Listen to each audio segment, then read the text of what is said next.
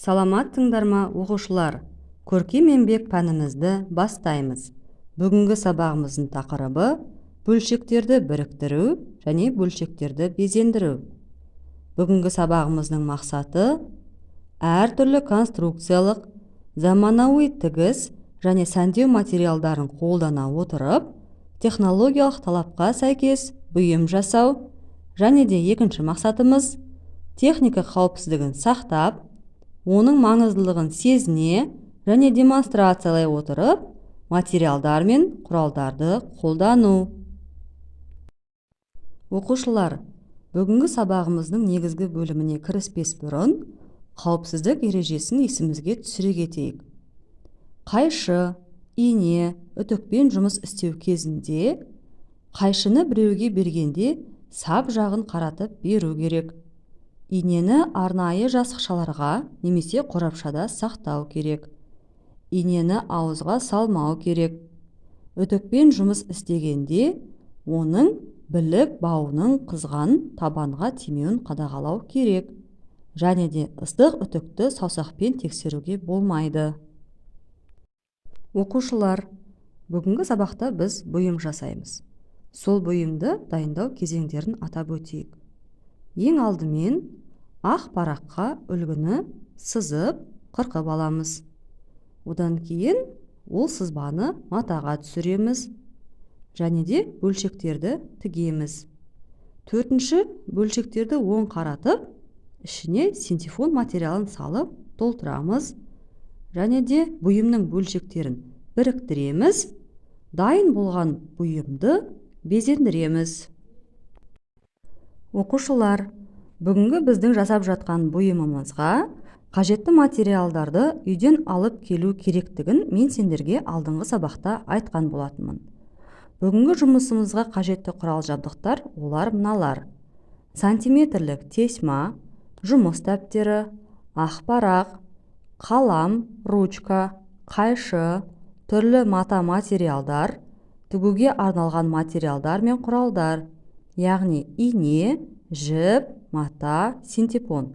Балалар, синтепон материалының біраз үйлерде болмайтыны белгілі. Сондықтан синтепон материалының аса қажеттігі туралы мен сендерге басып айтқан болатынмын. Ал оқушылар, бүгінгі сабағымыздың негізгі тапсырмасына кірісейік. Технологиялық талапқа сәйкес бұйым жасауымыз керек. Ол үшін заманауи тігін және сәндеу материалдарын даярлаймыз.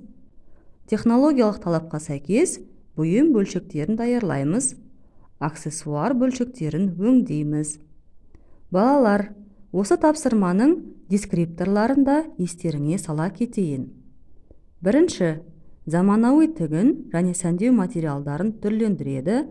Екінші, тігіс және сәндеу жұмыстарын орындай алады. Үшінші дескрипторымыз өз бұйымын креативті оймен орындайды. Оқушылар, бүгінгі біздің жасап жатқан бұйымымыз ол ат жұмсақ ойыншығы. Мына суретте көріп тұрғанымыздай, ат ойыншығының түрлі бөлшектерін бөлек-бөлек жасап алуымыз қажет. Балалар, көріп тұрғанымыздай, ат жұмсақ ойыншығының негізгі бөлшегі ол тұтас денесі. Бұл денесін біз матамен тігіп аламыз да, ішіне синтепон материалын толтыруымыз қажет. Ал жалы және құйрығын жіптерді топтастыру арқылы жасауымыз керек. Ал аттың үстіндегі ері ол арнайы фетр матасы арқылы тігілген қазақтың ою-өрнегі жапсырылған материал. Ат ойыншығымыздың көзін түймеден жасасақ болады. Тұяғын және қасын қара фетр матасын жапсыру арқылы жасауымызға болады. Оқушылар, жұмысымызды жасап болғаннан кейін сапаны бақылауымыз керек. Ең алдымен өзіміздің тіккен ат жұмсақ ойыншығымызды өзіміз бақылап шығайық. Және де бір-біріміздікін көрейік. Соңынан мұғаліммен бірге орындаған жұмыстардың сапасын тексерейік. Ол үшін ат жұмсақ ойынның ине жіппен тігілген жерін және де бөлшектерінің біріккен жерлерін тексеріп шығуымыз керек.